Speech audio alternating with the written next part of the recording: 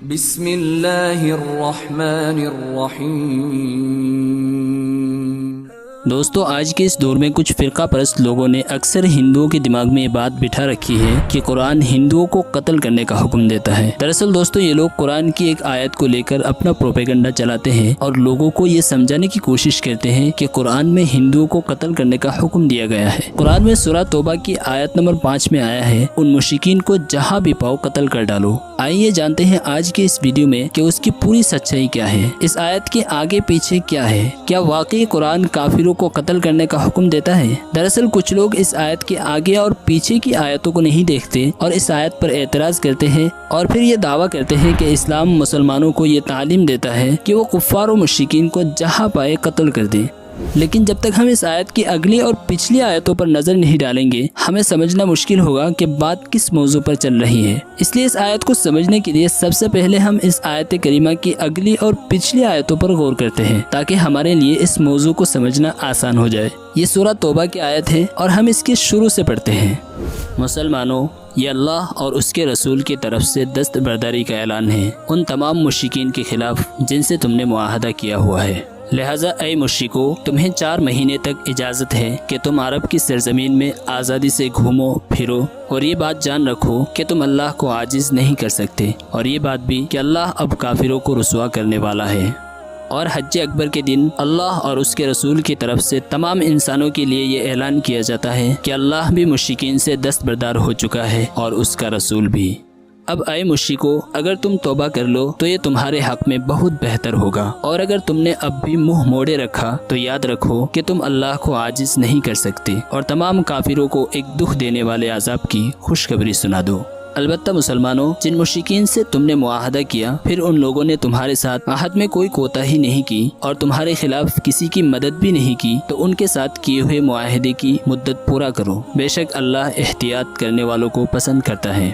چنانچہ جب حرمت والے مہینے گزر جائے تو ان مشرکین کو جنہوں نے تمہارے ساتھ بدعہدی کی تھی جہاں بھی پاؤ قتل کر ڈالو، اور انہیں پکڑو، انہیں گھیرو، اور انہیں پکڑنے کے لیے ہر گھات کی جگہ تاک لگا کر بیٹھو۔ ہاں، اگر وہ توبہ کر لے اور نماز قائم کرے اور زکوٰۃ ادا کرے تو ان کا راستہ چھوڑ دو، یقیناً اللہ بہت بخشنے والا بڑا مہربان ہے۔ دوستو، ان آیت کو پڑھنے سے پتہ چلتا ہے کہ یہاں کسی معاہدے اور صلح کی بات چل رہی ہے، اس لیے ان آیت کو سمجھنے کے لیے ہمیں اس صلح اور معاہدے کو سمجھنا پڑے گا جس کا یہاں ذکر کیا جا رہا ہے۔ دراصل دوستو، کفار اور مشرکین کی طرف سے مسلمانوں پر 12-13 سال تک مسلسل ظلم کے پہاڑ توڑے گئے اور وہ خاموشی سے برداشت کرتے رہے، اور مکہ کے کفار نے انہیں مکہ چھوڑ کر مدینے کی طرف ہجرت کرنے پر مجبور کر دیا۔ پھر نبی کریم صلی اللہ علیہ وسلم 6 ہجری میں مدینہ شریف سے اپنے صحابہ کے ساتھ مکہ مکرمہ عمرہ کرنے کے لیے روانہ ہوئے تو مشرکین نے آپ کو مکہ مکرمہ جانے سے منع کر دیا۔ آپ 1 مہینے تک حدیبیہ میں ٹھہرے، اور اس موقع پر مشرکین سے اس بات پر صلح ہوئی کہ آپ اگلے سال عمرہ کرنے کے لیے آئیں گے اور اگلے سال 3 دن آپ مکہ مکرمہ میں ٹھہریں گے،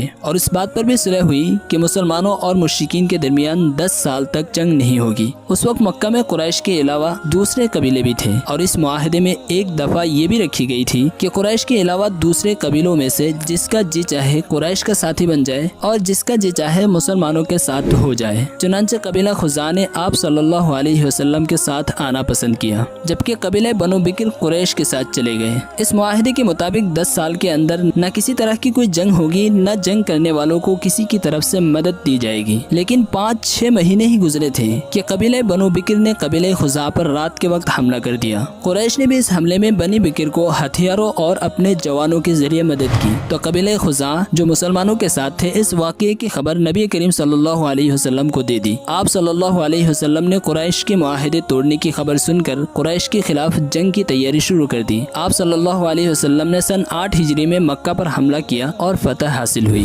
دوستو، اب یہاں دیکھیے، قریش نے امن و شانتی کے معاہدے کو توڑ کر کوئی حق باقی نہیں چھوڑا، لیکن حرم کے مہینے کا احترام ضروری ہے، اس لیے اللہ کی طرف سے یہ حکم آیا کہ حرم کے مہینے ختم ہوتے ہی یا وہ جزیرۃ العرب سے نکل جائے یا مسلمان ہو جائے، ورنہ ان سے جنگ کی جائے گی۔ لہٰذا یہ بات بالکل واضح ہے کہ قرآن میں جو کہا گیا ہے کہ انہیں مارو جہاں کہیں بھی تم انہیں پاؤ، اس آیت سے وہ تمام مشرکین مراد نہیں ہے جو آج امن و شانتی کے معاہدے سے دنیا بھر میں زندگی گزار رہے ہیں۔ اس میں صرف وہی کفار و مشرکین مراد ہے جنہوں نے تقریباً 12 سالوں تک مکہ میں ظلم و ستم کے پہاڑ توڑے تھے، مسلمانوں کو ان کے گھروں سے نکالا تھا اور جب امن کا معاہدہ ہوا تو اسے بھی توڑ دیا۔ آج کی تاریخ میں ہم بھی دیکھتے ہیں کہ جو کوئی ملک کے امن و امان کے لیے خطرہ بن جائے یا بغاوت پر آمادہ ہو جائے تو اس کے خلاف جنگ کی جاتی ہے۔ لہٰذا جنگ لڑنے کا جواز اسلام میں ان کے خلاف ہے جو ظلم اور بغاوت کرتے ہیں۔ لہٰذا معلوم ہوا کہ ان آیات میں ان مظلوموں کو اپنے دفاع میں طاقت کا جواب طاقت سے دینے کی اجازت دی جا رہی ہے۔ یہ حکم نہیں دیا جا رہا ہے کہ کافروں کو قتل کرنے میں لگے رہو، امن ہو یا جنگ، صلح ہو یا لڑائی، ہر حال میں انہیں قتل کرو، ایسا بالکل نہیں ہے، بلکہ یہاں صرف جنگ کے دوران ان سے لڑنے کا حکم دیا گیا ہے۔ لیکن بہت سے اسلام دشمن اور انتہا پسند لوگ اس طرح کی آیت سے غلط فہمیاں پیدا کرنے کی کوشش کرتے ہیں اور لوگوں کے درمیان نفرت کی بیج ڈالنے کا کام کرتے ہیں۔